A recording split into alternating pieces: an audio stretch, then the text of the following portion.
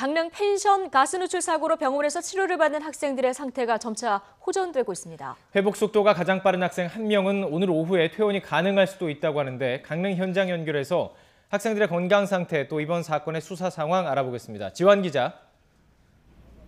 네, 강원도 강릉입니다. 네, 지금 치료 시작된 지 나흘째인데요. 학생들의 건강 어느 정도 회복이 된 겁니까?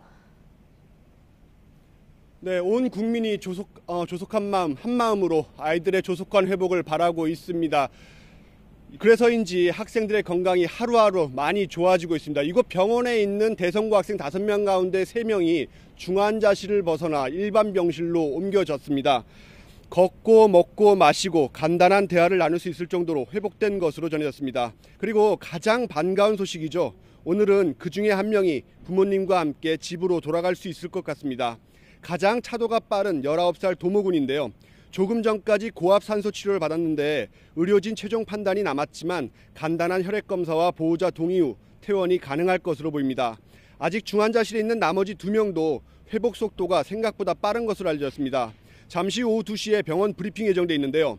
도군의 퇴원 여부 및 학생들의 건강 회복 상태에 대한 설명이 있을 것으로 보입니다. 네, 원주에서 있는 그 2명도 치료를 받고 있습니다. 지금은 좀 어떻습니까? 네, 원주에서 치료를 받고 있는 학생 2명의 경우 아직 회복 단계가 이렇다 저렇다 단정적으로 말씀드릴 수 있는 단계는 아닙니다. 아직까지 의식을 회복하지 못했고 중환자실에서 저체온 치료를 받고 있습니다. 저체온 치료는 환자의 체온을 인위적으로 내려서 뇌세포 파괴를 막는 치료법입니다. 뇌파 검사와 병행하는 것으로 알려졌고요. 서서히 체온을 올리면서 반응을 지켜보고 있는 만큼 의식 회복 여부를 판단하기에는 이르다는 설명입니다. 의료진이 자극 반응이 있는지 계속 살피고 있고요. 부모님과 사고대책본부 측 모두 차분하게 결과를 기다리고 있습니다. 주말쯤에는 좋은 소식이 들리길 기대하고 있습니다. 그리고 참담한 이번 사고로 유명을 달리한 대성고 학생 3명의 발인이 오늘 서울에서 모두 엄수됐습니다. 고인의 명복을 빕니다.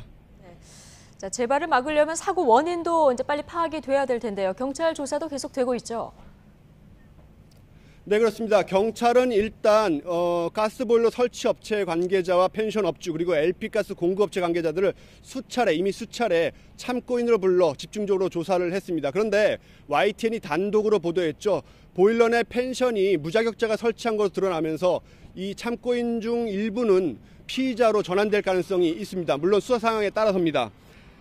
경찰은 또 열흘이라는 시간에도 주목하고 있습니다. 사고가 발생한 게 지난 17일이었는데요.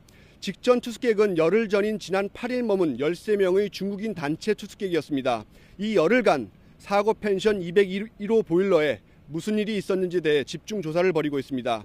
배기가스와 보일러에 대한 국가수 감식도 계속 진행됩니다. 공기를 빨아들이는 급기관이 배기관 아래에 설치되면서 관안에 물이 고이고 불완전 연소가 이뤄지면서 일산화탄소가 발생했다는 지적이 있었는데요. 내부 습도 등 이에 대한 조사가 이뤄질 것으로 보입니다.